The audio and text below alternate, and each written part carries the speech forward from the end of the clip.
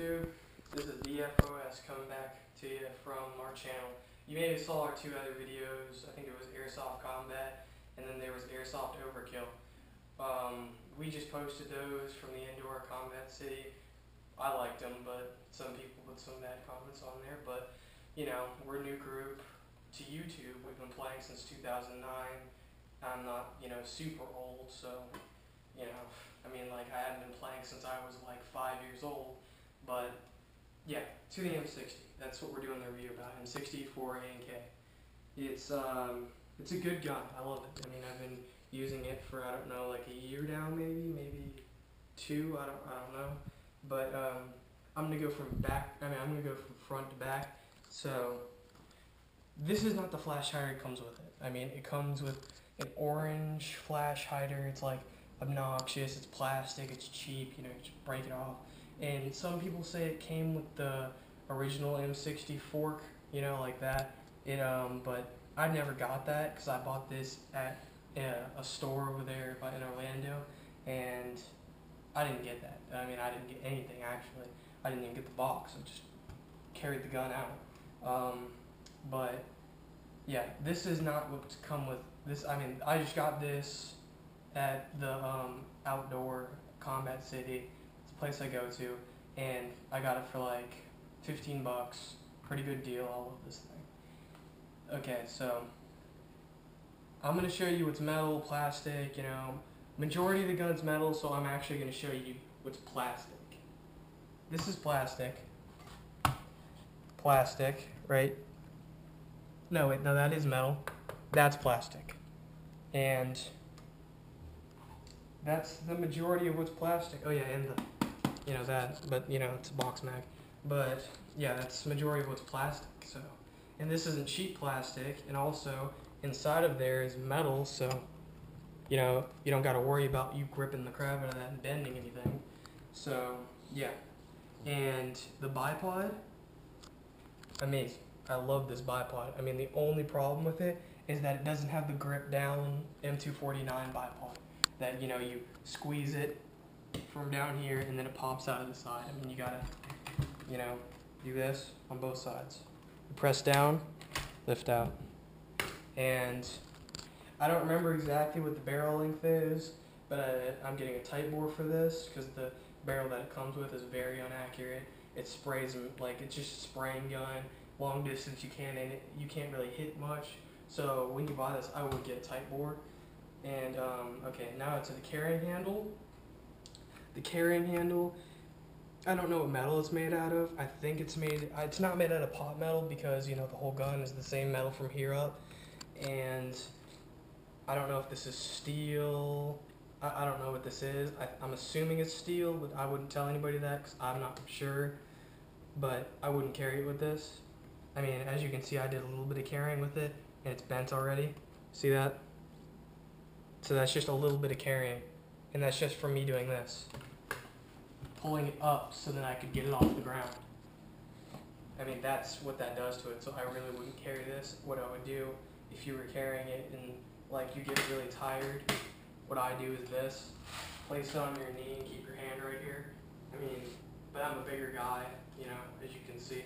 But, some small guys out there might not be able to, hold it for a very long time. So, it's not super heavy. It's 15 pounds. It's not like the heaviest out there. Like the Bravo is I think 25, and the VN M60 is like 20. So this isn't the heaviest. It's pretty light. But if you're really going light, really, really light, I would go with the Stoner. I know it's 500 bucks, but it's 11 pounds. Come on. That's really light. But it's worth its $500 because I have a friend that has one. But back to the M60. Now this right here, this is used to release the barrel. I'm not going to do that because it's really hard to get back on because at a long time, I always thought you had to push it forward and that would keep the barrel on, but I noticed it's backwards. So this is the way you keep the barrel on, not this way. I don't want to do it because I just said it's really hard to get back on. Okay, so the sights are adjustable. I think it's height and windage. Yeah, height and windage right here. Height, windage. Here, look through Yeah, see, it's really good sights, just like any other M60 sights. They're really nice. You know, just turn it back and forth. I mean, I like them, but oh, and it does not have rails. I mean, as you can see, there's really no rails anywhere. So if you have any mil sims that you can't bring rails, you know, no problem. You can still bring this.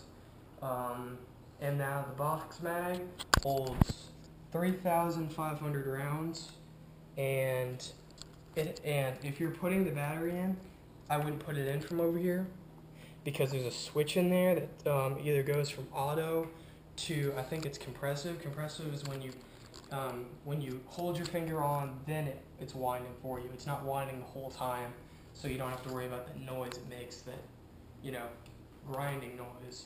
But what I do is, oh yeah, this is the battery that comes with.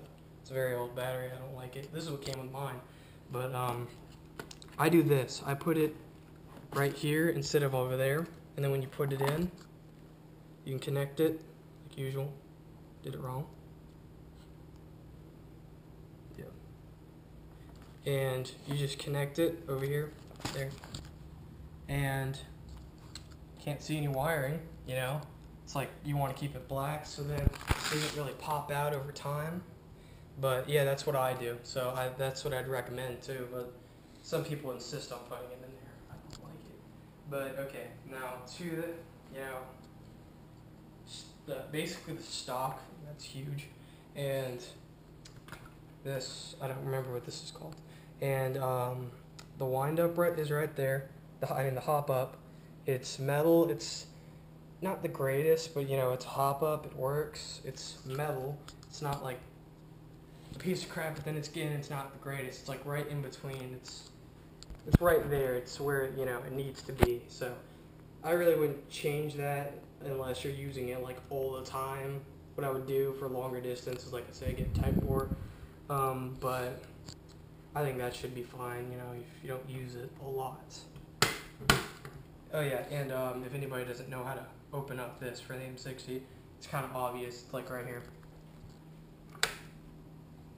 And just clamp it down. It'll stay on.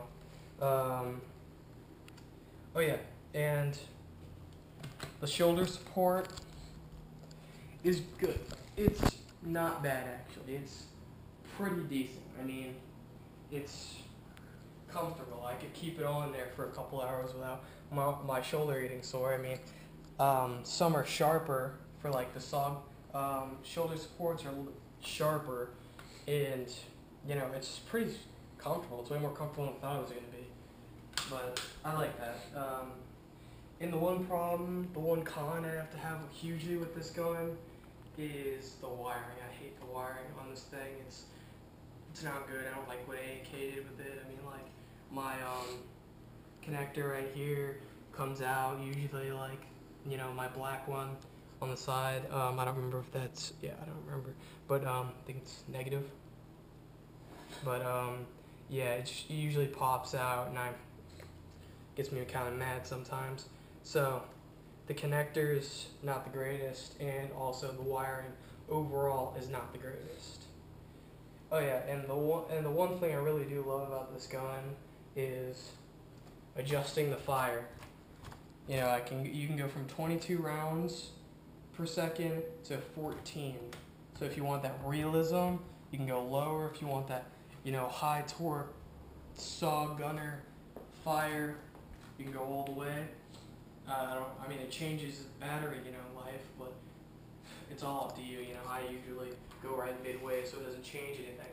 But yeah, I mean, I love this gun. It's a really nice gun, and yeah, it's 15 pounds. And also, what I love about this gun that you can't get on a saw is the FPS. I love the FPS on this thing. It's like 410, and people are like, oh my god, 410, that's low. Low for what you see. I mean, like, you go on JG, they say, oh, 430. You go chrono that thing, it comes out to like 375. You know, you're not getting what you want. But this, when it says 410 on there, I dropped it down in my head like, oh yeah, no, that's probably gonna shoot 475 around there. No, this thing shoots 410. I have been using this thing forever, and the spring still has not weakened. It's still shooting 410, and that's with 9.6. I mean, like, it's good. I mean, I love the spring in this thing. I mean, I haven't personally taken it apart yet, but I mean, like, so I haven't even cleaned any of the internals, so like, it's shooting good. It's shooting pretty hard for the duration of the time I've been using it. But overall, a good gun. I mean, mostly pros. Only one con is that, and that's the wiring and the. Okay, well, there's another one too. This right here. You know, can't carry it with it. But then again, which saw can you? Besides the M240 problem, that thing's amazing. But love this gun. I'd recommend it to any saw gunner out there, and I think you should get it. It's a good price. Yeah, and if anything, get it on e-bike. $300. Good price. Got this for $350. So go e-bike. All right. Have a nice day and keep playing airsoft.